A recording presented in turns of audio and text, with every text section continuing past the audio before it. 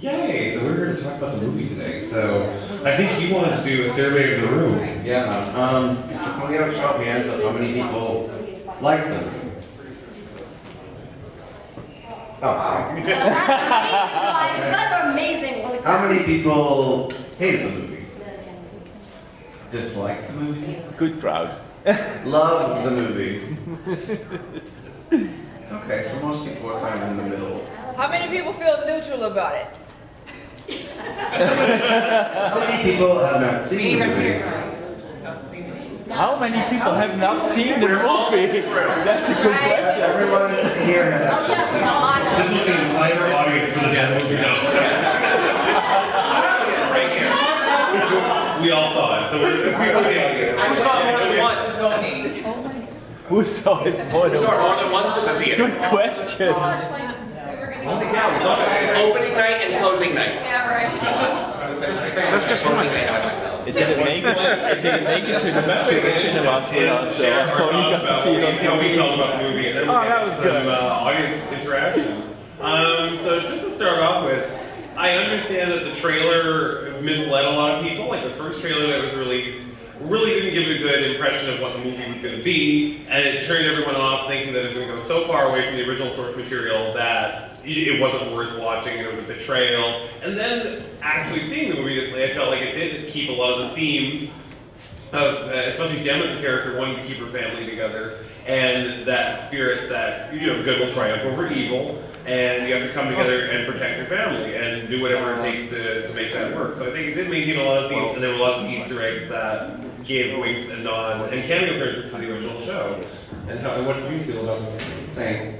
Ditto. No, I think it was a good update for the time that we're living in now. I thought the actresses did a really good job. The music was good.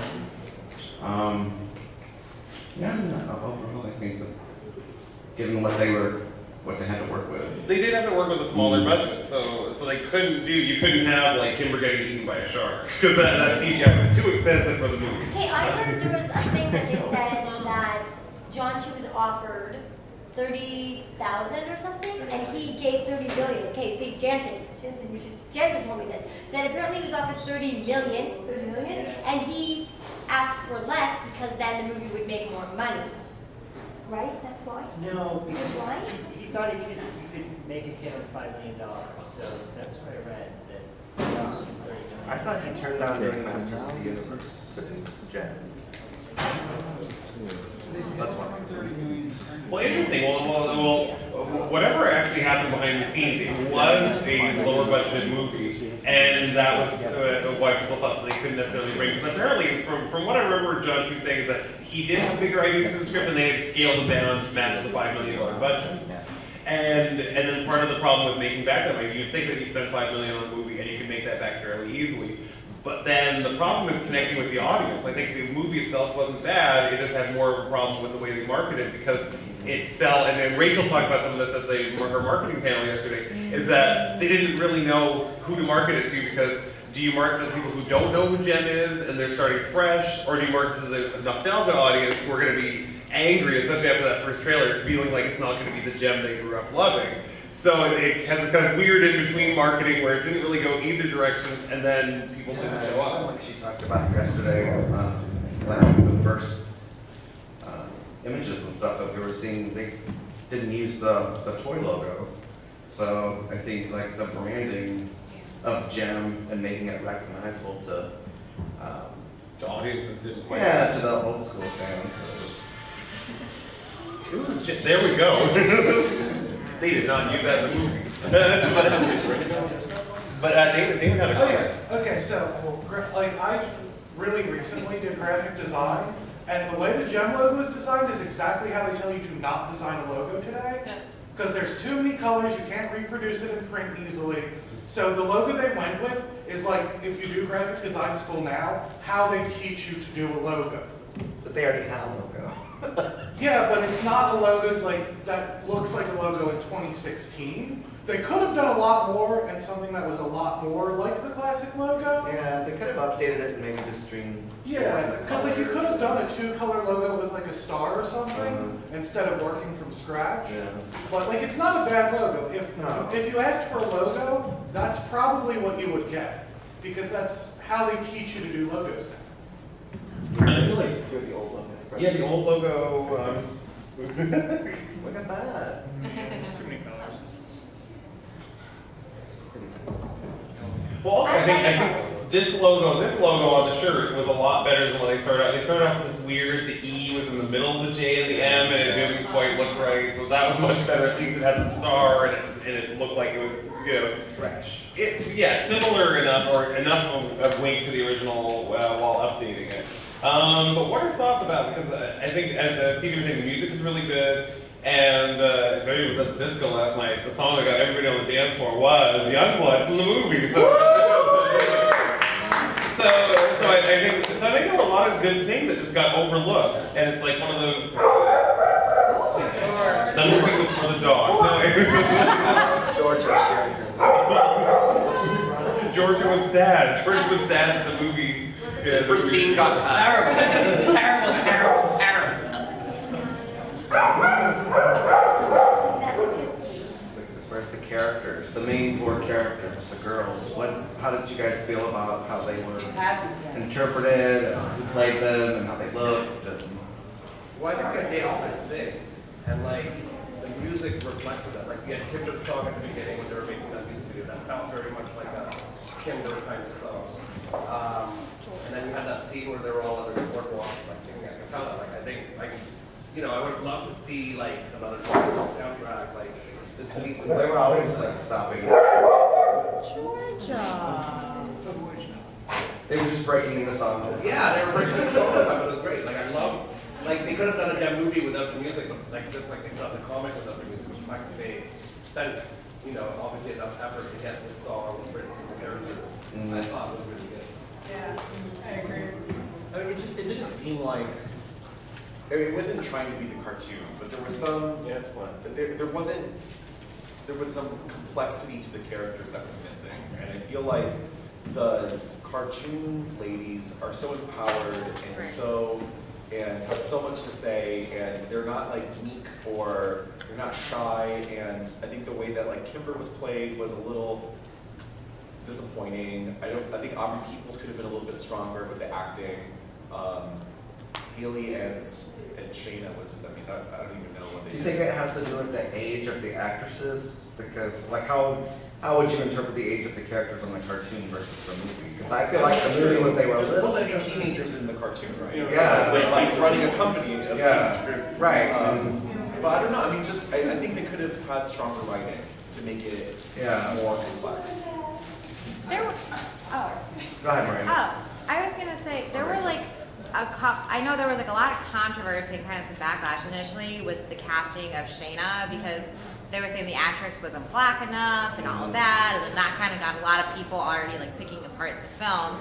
But one of the things that I thought was really interesting, I didn't necessarily mind any of the characters, but I thought it was the Aja interpretation was interesting because there was one line in the movie when they're on like by the water and the security guy is coming and she says, "I can't go back to juvie," and I'm like, wait a minute, what? Like, so there were just like Yeah, some they kind of toughened random. her up a little bit. Yeah, there were some random. They tried to stay true to it, like with Shayna and the fashion designs and that sort of thing. But I feel like where they really missed the mark. I mean, the characters back in the show were so multidimensional and so well developed. I mean, you look at the fact that Christy Marks was able to like develop these characters and really have you care about them in like a 22-minute episode with all this other action going on.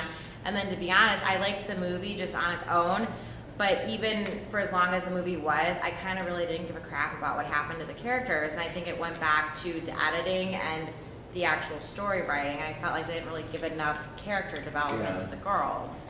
What did you want to say, Miranda? I was gonna say, I do think that I felt that they came off younger in the movie. Yeah. I felt like, especially Jerrica was more mature in the cartoons, and I think, they were probably going somewhere with that. The second one would have been awesome, but. Well, you kind of see the beginning of the cartoon Jerrica, I think, with the way that she's like handling Erica Raymond and like That's true, she the starts chat to come conversation. You into kind a of little seeing more her. maturity there, yeah.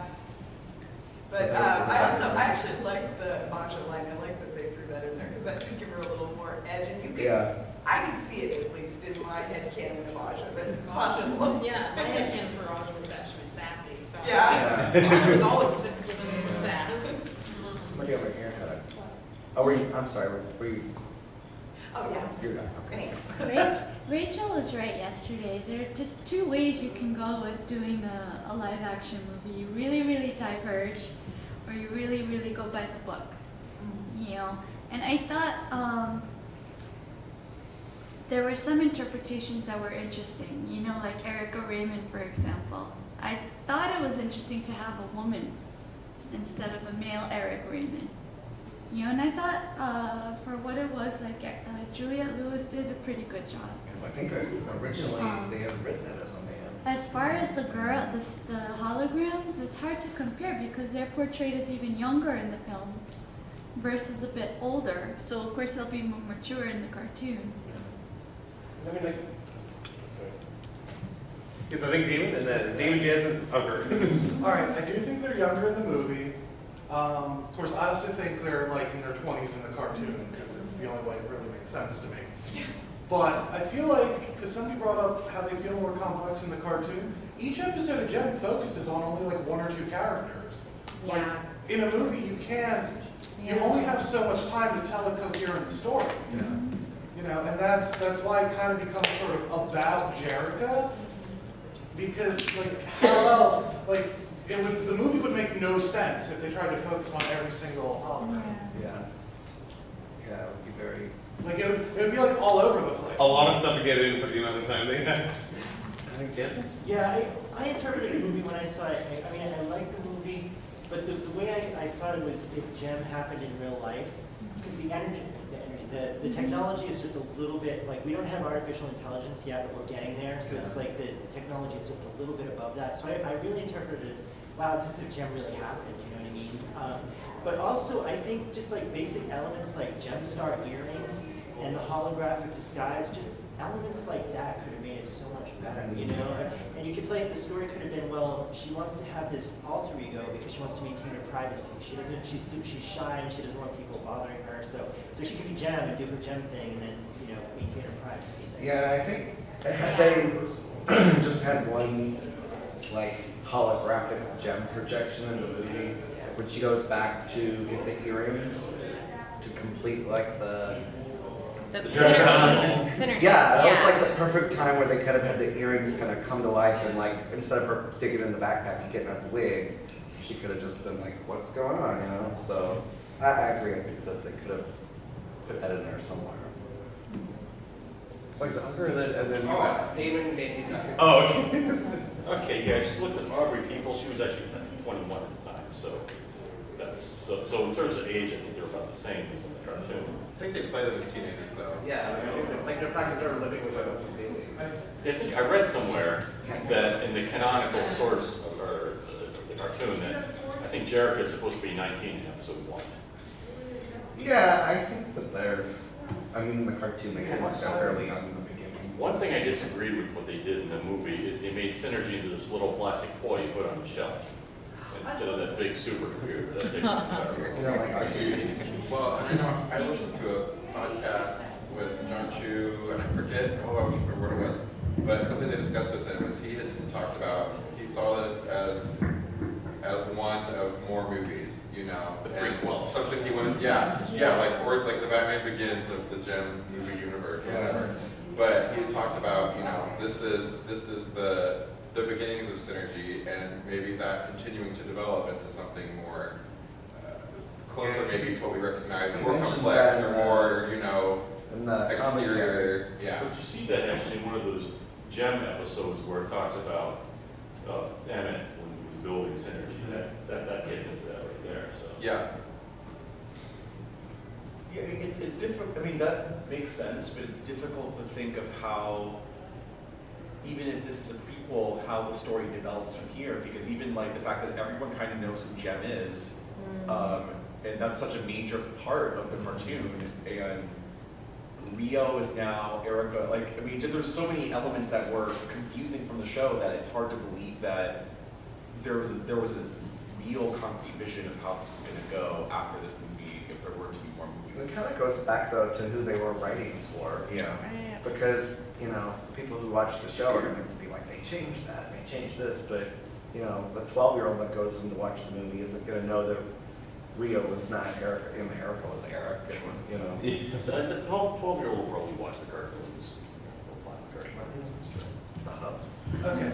I honestly don't think the holographic disguise is a big deal, because if you watch Gem, like, by halfway through the second season, Jerica kind of just disappears for some reason, and she's just always Gem. So there's like, the whole secret identity thing kind of gets dropped, and they just don't acknowledge it anymore. Except with Rio. Well, yeah, when the Stinger show, it's finally relevant again, but there's like this whole middle period where she's just like, there is no Jerica because this dual identity doesn't matter. So, I mean, you know, in a situation where there's nothing interesting for Jerica to do, it doesn't matter that she exists. Which is also kind of why in the comic, they focus more on Jerica, I think, than Gem, especially in like certain parts, because they developed her more than Gem. Like, Gem is part of Jerica in that, more than kind of the cartoon where they're sort of symbiotic. And then in the movie, Gem is part of Jerica, like, it's more like Jerica's part of Gem, kind of backwards. It's weird. Mm-hmm. It's yeah, much more based on like who Jerica is instead of like the identity she creates. A couple comments. One was kind of the money that they put into these things, these boy properties from the 80s, and the tapping the nostalgia for men. And one of my friends told me that men experience nostalgia differently than women do. And for women, it was a time in their lives, and that was cool. And I remember Jem, and she was great, for, you know, generally. And guys always want to return to their childhood and have a man cave, and as they grow up. So they put $130 million behind Transformers 1, put $5 million behind Gem 1. You know, if they put $130 million behind it, you could have had a movie that would have been awesome, right? But they don't trust the female audience for nostalgia purposes or the female tweens to generate the money because they're marketing towards men. And so it's like sexist in a way, the way they didn't put money into it. It's disappointing because even when you think about that, the Wonder Woman movie next year is the first Wonder Woman movie in all the years of the property. So she was in the Batman versus Superman. Yeah, that was the first movie appearance of Wonder Woman was Batman versus Superman. So. And the other point I wanted to say was that, like, the way they did the whole, like, you're involved, your fans are involved, it was so, like, half-assed and last minute, and it wasn't really true because they'd already written the script and cast the roles. And they were kind of doing this kind of thing, and it felt really inauthentic to us as fans.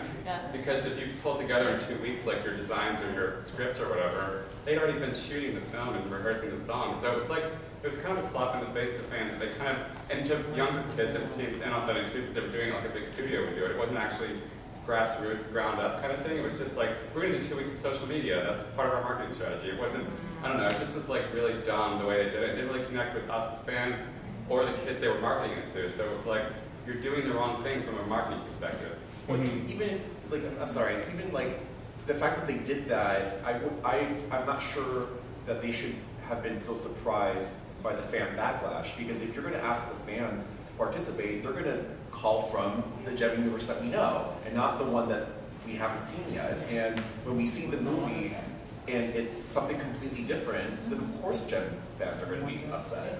Why did you ask me doing all this work to make artwork for your movie for a character that's not the same character? Yeah, I did feel a little, I would say a little misleading with the way they did the social media campaign to be a part of the movie. So a lot of people thought they were auditioning for the movie and not just being a video that they'll insert later. So, yeah, a little. Yeah, but wasn't there like the roll of zipper was cast through those, so, you know? Yeah. That's a good point. How believable it is that, like, okay, we're doing a Gem movie. And Mark Waters. Put a roll of Gem.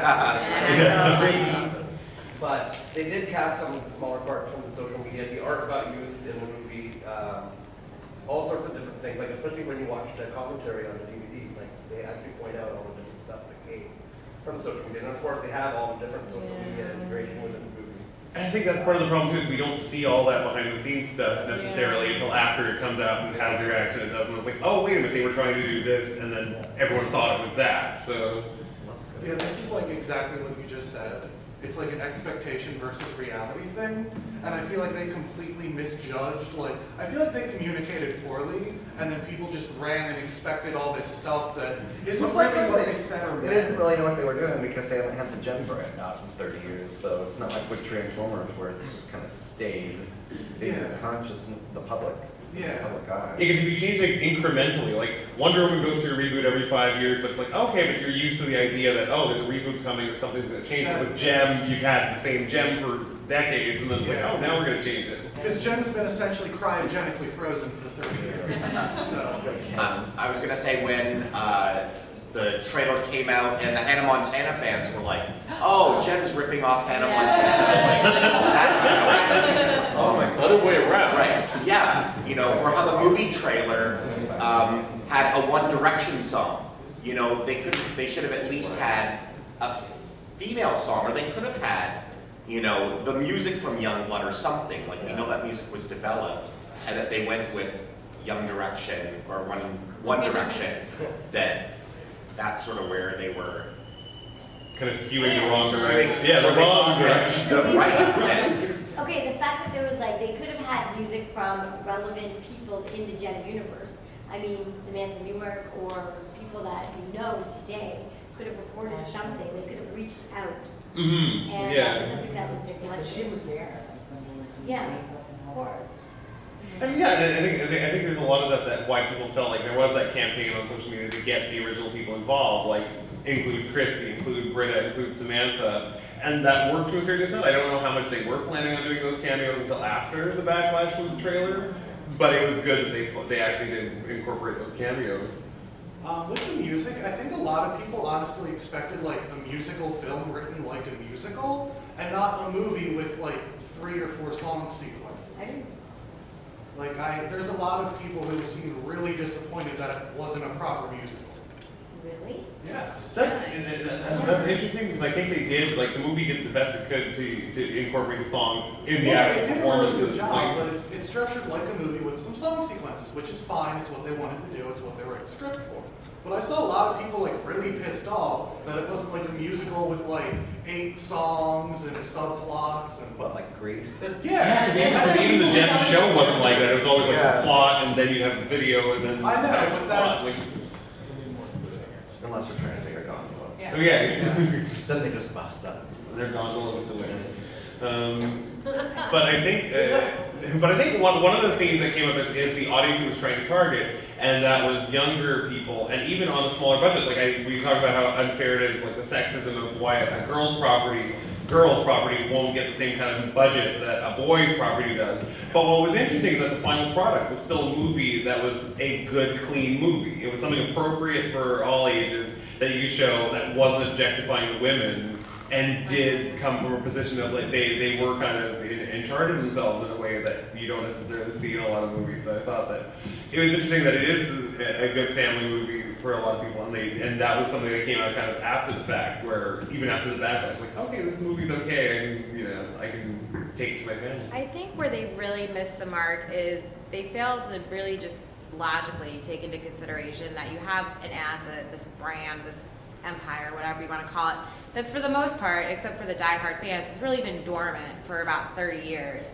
So in terms of like, you think of it, if you were to have, like, comparing it to some of the other assets out there, like Ninja Turtles or X-Men, that started years ago, but they've still been very active and consistent and doing things, or like My Little Pony, I hate to always go back to that.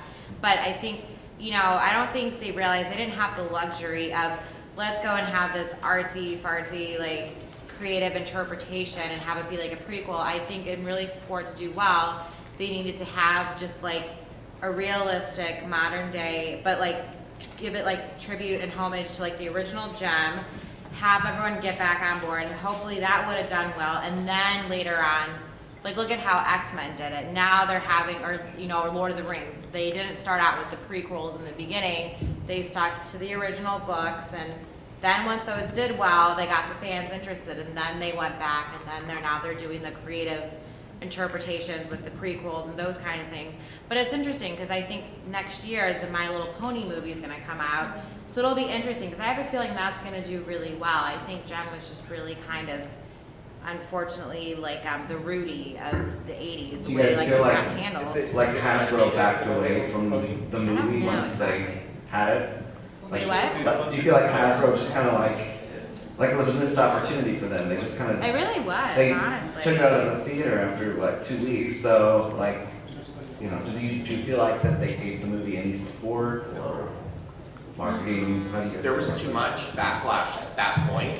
They needed to cut the loss and back away from that? And it that's why they gave up. and forget about it. Like it was to movie theater owners, because movie theaters only make money on a movie pretty much after the first month or so. It scales back pretty much the first 2 weeks. All the money goes to the studios, and then as the weeks progress, the movie theaters keep more of the ticket sales. So here were theaters that had booked it in for a month, and they were like, we're not even making any money now, so they wanted to clear it out. So I think that Universal did that to sort of save face. I guess what I was asking is, do you feel like it would have done better had there been more before the movie was actually released? Well, yeah, Like where was marketing like campaign the stuff in the stores? Yeah, you know? yeah. I mean, they didn't even promote a soundtrack CD Yeah, no coming out soundtrack. until the week of the movie.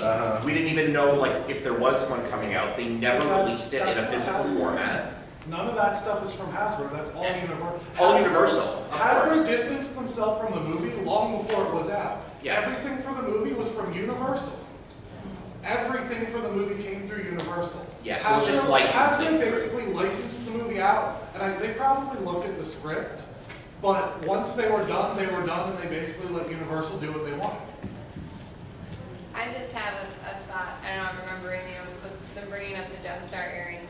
I guess that was the one thing for me. I was like, okay, I'm gonna go into the movie knowing it's not gonna be the gem that I was wishing for.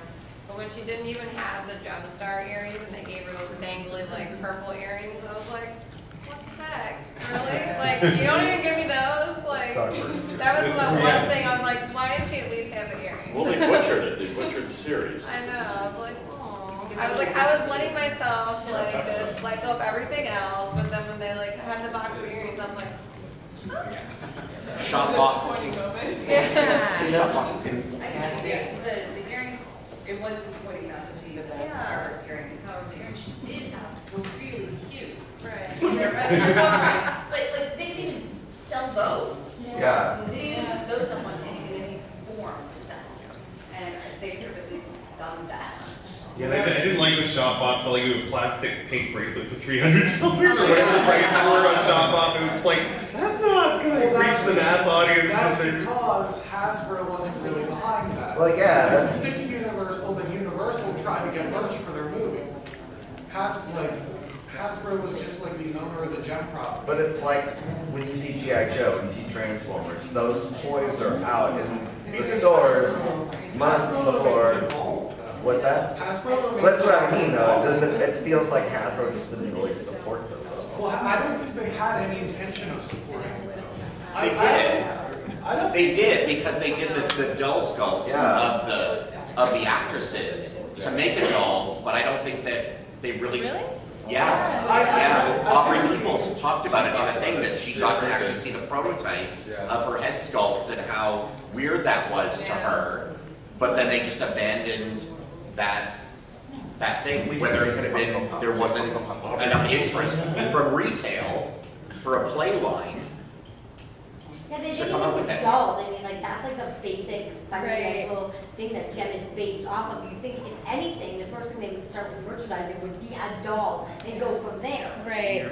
Like, that And especially makes since sense. like Gem looked pretty cool, especially Right. as Holly demonstrated in the cosplay yesterday. I was like, that makes a cool doll. Like that would be like, you know, pretty radical. Yeah. So Honestly, I feel like they would have even been better off. I realized like they didn't include the Starlight Girls, and like the Starlight Girls, I feel like that was a big missed opportunity with the storyline. And I feel like it's a little hokey, but I almost feel like in order to really have made it a success, they almost would have been better off including the Starlight Girls as part of the storyline and having some like anti-bullying campaign attached to the Gem movie, because that's really popular right now, and it would have really gotten some traction and some legs. And then I think the movie would have done well. And then from there, you could tie it where like a portion of the proceeds of the dolls went to anti-bullying efforts, or they just like, it, to me, it's like so obvious. You could have done this, you could have done that, and they just was like like too little, too late, kind of, you know? Let's talk about the things we liked about the movie. Rio. We like Rio. Rio? Am I the Rio. only one who didn't like Rio? Well, I just want to finish the topic before we go to the other one. The film now was called Gem and the holograms, and there was only one hologram at the end of the film. It seemed like it was designed to be a multiple film story. So it ended, it's the first part, that's it. And there is more yet to come. Yeah, it's like Gem So Year Zero. it is, what would have been good is to include the holograms with Gem as a virtual person. It is actual. You have artificial intelligence, you have holograms, you have all of these things. They are more possible today, but if they happen just now instead of in a couple of years, it could have been interesting. And like Steven Spielberg made great films with ordinary people having extraordinary adventures. So they could have done something like that. Feel was built on it. What I liked to get us like onto what we liked about it, I really thought that Aubrey, she sang her butt off. Yeah. Oh, yeah. She sang her butt off. Like her voice gave me chills several times. Like She should come to JemCon. Yes.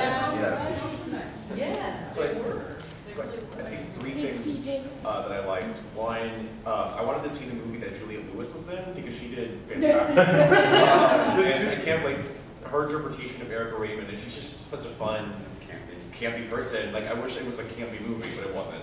So that was the only thing I liked. I think I wanted to see the movie of Aubrey Peoples performing Back to Where I Was, but that Gaga inspired sort of outfit. Yeah. Like if it was like that would have been like such a good reference to 80s fashions by bringing it to someone like that's doing avant-garde fashion now. And then I can't forget. Oh, I liked how Ariana Grande was in the deleted scene. Why couldn't they get Ariana Grande on the actual movie? That would have been a movie. Legend. She wanted to back away from it. Is that? Yeah. Yeah. Hey, She looked adorable. what I loved about the movie, the last 5 minutes for me was absolutely worth it. The last 5 minutes, The everyone? Misfits. That was like so good. That was just And it was a very interesting interpretation of the Misfits. They brought in Keisha, you know, and I thought Jetta looked very interesting. You know, she reminded me of the comic book. They look, I mean, in that 5 minutes, that gave me the emotional response that I didn't get from anywhere in the entire movie.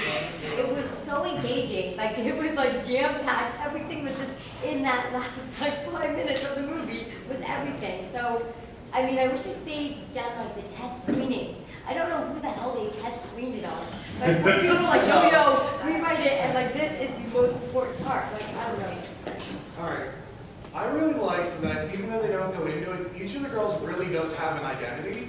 And even though like Shayna's personality means she doesn't get a lot of lines, she is still there and I like that each of the girls still has their own unique identity. I really felt that was important with Jem, that they weren't carbon copies of And Jem. they kept them pretty close to the identity. And yeah, they are really close to their cartoon. Let's do Liz, and then Holly, and then Chuck. I really love the ballet and the ballet. Here's a perfect shout out to Holly who gave us our shirts today. We have our Valley of Valley of the Damned Wednesday. We should invite Brad to JemCon. Oh my God, we should. That'd be amazing. But he has to appear in character. Yes. Alright, we'll have to figure out. We'll locate him. Send him a picture of everybody wearing their t-shirt. Ballet of the Damned Con. I was just gonna say, every year in Los Angeles in the costume museum, they have the Oscar. I'm incoherent right now. They always have in March all of the costumes from films from that year, and they had the Gem costumes there in addition to other things. And just to see, and there's tons of pictures online. I took pictures. Oh, you're talking about like on the mannequins and the... Yeah, they have a costume exhibit in like the fashion museum in downtown LA, and they have it every year. They have the Crimson Peak costumes, which are insane. I mean, beautiful. So I really got to see the costumes up close, and like the outfit Gem has with the white tassels, like the level of detail is insane. Like her wrist has like a Converse sneaker top on it. And like it's obviously with no budget, there was a bunch of interns sitting around distressing the clothes, putting on the safety pins, right? Christine's outer dress yesterday was like amazing if you really look at the detail. So like this stuff kind of do-it-yourself punk, like the clothes are really, really, really good. If you go back and look, even like Shayna's color palette is a little muted because it's like drab and like plaid, but man, the level of detail and handwork on those costumes is incredible. And there's tons of images of them because people took pictures. So like even just to look at the costumes on the mannequin is like beautiful. I think, yeah, and some of the costumes I think were interesting, like reinterpretations of, Like in that first scene. Yeah, when they get out of the limo and she has on the pink jacket. Yeah. It's very, very similar to the pink wrap dress. So, all right, with the costume. Oh, we got to jump here real quick though. Sorry. Okay, about the good moments, I think for me there were two good moments in the movie. Okay. There were maybe Oh, two? others, but one is when the first their first concert at a certain place, and you got to get a guitar, and they had a power outage. An artist could just freeze and I can't do anything, but she had the idea to take the guitar and be acoustic, and we saw Erica Raymond say, I think she's got it. She has chosen. Yeah, it showed that they were able to, that's one. The to other work one their is way when out of. Erica Raymond asked Jerica to be single. And said, you know, I know your jam, but nobody else, so I can take somebody else. And they think, jam, we own everything. So I think the Eric Raymond sheen to work. So I said, that's all the element I say that were positive about the film. Damon. So, all right, with Go the ahead. passion, and I've seen the movie multiple times, and I know other people have, and they don't pick up on this. Jem's jacket at the end is a patchwork of all her other clothes from throughout the whole movie. And people don't pick up on that. One But I with the think it's white tassel? like, like it's this weird patchwork, and I think it's an amazing level of detail, and like, it is really, like, there's a lot of depth to this movie people don't want to see, because they think it's stupid and shallow. And I think it's really sad, because it's actually a really good movie. And the use of the YouTube videos, the music, the way they use the YouTube clips is actually brilliant as well, as the way they use them. Ken? I like the kind of personality that they gave the little synergy bond. Like, you know, sort of in like the same of like the R2-D2, like she's communicating through, you know, beeps and stuff like that. And then when, you know, she hides, when, you know, like Erica comes in the room, it's like, what, like, why would Synergy have to hide if they weren't trying to hint to some other sort of thing? Like, it's just. Well, he mentioned in the commentary when Synergy is first activated and there's like a woman's voice speaking, he mentions that that could play into something, you know, the later movie that we're not going to get. Right. I'm wondering, because I feel like everyone's favorite part of the movie was the end with, you know, the Misfits and all that stuff. And I really liked it because it really did kind of pay tribute to the beginning episode and how the Misfits and, you know, Erica Raymond were kind of cast aside for the holograms and, you know, all that stuff. But I'm really wondering, I don't know if anyone, I wonder if they had maybe put that scene at the very beginning and then almost been like 2 weeks earlier, you know, kind of like how How to Get Away with Murder does the episodes. Wow. All of a sudden, like someone gets murdered and then they're like 48 hours earlier. I'm wondering if they had just maybe done that simple switch where it's like opening up, okay, you see Kesha, a recognizable person, and you're like, oh my God, why do they have this hatred for this random person? And then I'm wondering if that would have maybe, you know, just, anyone have any thoughts on that? If that I feel like that would have, because that seems to be everyone's favorite part, and it was like, I know a lot of people like didn't even realize it was there, because it comes a while after the credits. Yeah. Everyone was like, don't leave, hold on, and that was like the best part. What do you guys think on that idea? You're hired. We